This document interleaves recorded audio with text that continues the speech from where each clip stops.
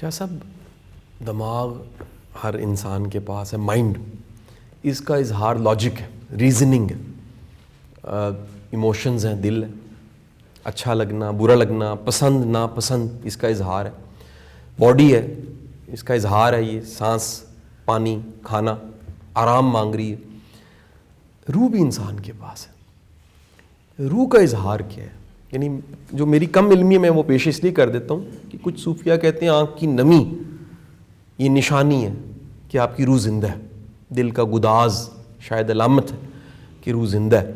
اللہ کی یاد، آپ یہ بتا دیجئے کہ کوئی بھی کیفیت، پیراڈائم، ذہنی حالت، قلبی حالت یا ہم پہ کوئی حالت وارد ہو جاتی ہے، اگر ہم نے ہی جاننا ہے کہ یہ حالت روح کی حالت تھی یا روح غالب تھی، کیسے جانیں گے؟ ہر انسان کے دو جزو مین، ایک جسم ہے اور ایک روح ہے۔ ٹھیک۔ اب جسم کے صحت مند رکھنے کے لیے ہم یہ کہتے ہیں کہ ایکسرسائز بڑی ضروری ہے، اور ایکسرسائز کے ساتھ ساتھ ہیلدی غذا، اس میں کیلریز ایک معیار ہے، ہمارا یارڈ سٹک ہے، پروٹینز ایک اور یارڈ سٹک ہے، اس کا ہائیڈرو کاربوریٹس ایک یارڈ سٹک ہے۔ تو وہ غذا جو ان یارڈ سٹکس پر پوری اترتی ہے، ہم یہ کہتے ہیں کہ یہ ہیلدی غذا ہے، اس سے جسم ہمارا طاقتور رہے گا۔ اور ایکسرسائز ہمیں وزن تو کم نہیں کرتی لیکن ہمیں ایکٹیو رکھتی ہے، اور ہماری جو مسکولر پاور ہے وہ ڈیولپ کرتی ہے ہماری۔ تو اسی طرح جو دوسرا حصہ ہے انسان کا وہ روح ہے، ٹھیک ہے سر۔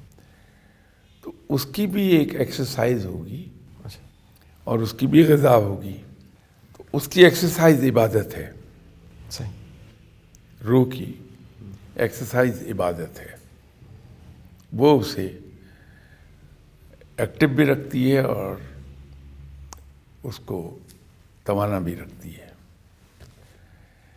اور اس کی غذا جو ہے وہ نیکی ہے۔ ٹھیک سر، ٹھیک سر۔ کہ جب کوئی شخص نیکی کی راہ اپناتا ہے تو اس کی روح توانا ہوتی ہے، اسٹرنگتھ پکڑتی ہے۔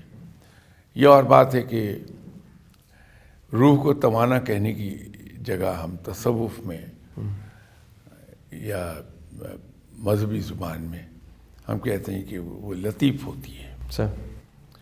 اس لیے کہ جتنی وہ لطیف ہوگی اس کی پرواز اتنی بلند ہوگی۔ ٹھیک ہے سر۔ تو یہ دو چیزیں اس کے لیے، ٹھیک سر۔ ایکسرسائز اس کی عبادت ہے ٹھیک سر۔ اور غذا اس کی نیکی ہے۔ تو ان دو چیزوں کو جب ہم کمبائن کریں گے تو روح ہماری توانا ہوگی، ٹھیک سر۔ اور جو کھانے پینے کی چیزیں ہیں اس سے ہمارا جسم توانا ہوتا ہے۔ صحیح۔ یہ جو نیکی کی بات ہے،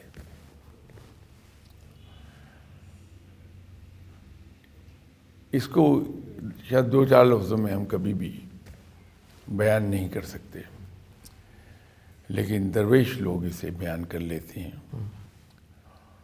ایک ہی جملے میں،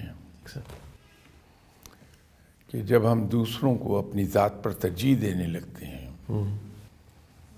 تو وہ نیکی ہو جاتی ہے۔ صحیح، ٹھیک سر۔ آپ اسلام کو دیکھیے، اسلام اصل میں دین جو ہے وہ ہے ہی ایثار اور قربانی کا دین۔ ٹھیک سر۔ اس کے اندر کہیں چلے جائیے آپ، ایون عبادات میں آپ اپنے آرام کو، اپنی نیند کو قربان کرتے ہیں ٹھیک سر۔ عبادت کے لیے، آپ اپنی خواہشات کو مارتے ہیں۔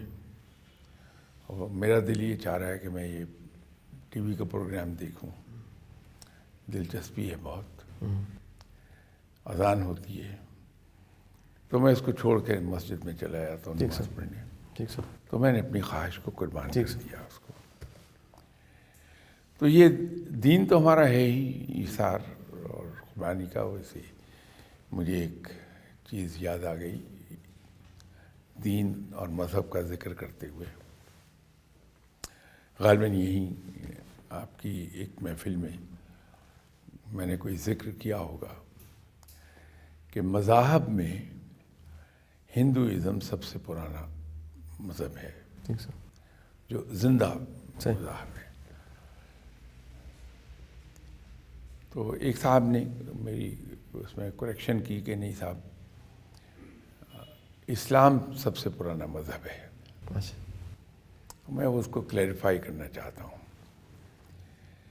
ہم جب اسلام کا ذکر کرتے ہیں تو ہم دین کہتے ہیں جی. اس لیے کہ اسلام صرف مذہبی رسومات کا نام نہیں ہے. ٹھیک ہے سر. اسلام ایک طرز زندگی کا نام ہے, بالکل ٹھیک ہے سر. اسلوب ہے زندگی کا. ٹھیک سر. اسلام وہ سکھاتا ہے. ٹھیک سر. اور زندگی کا کوئی پہلو ایسا نہیں ہے ہماری زندگی کا جس کے ادب آداب اور طور طریقے اسلام نہ سکھا رہا ہو. ٹھیک سر. مذہب جو ہے مذہب ڈیل کرتا ہے صرف آپ کے مذہبی رجحانات اور اس کے اسلوب کو. ٹھیک سر.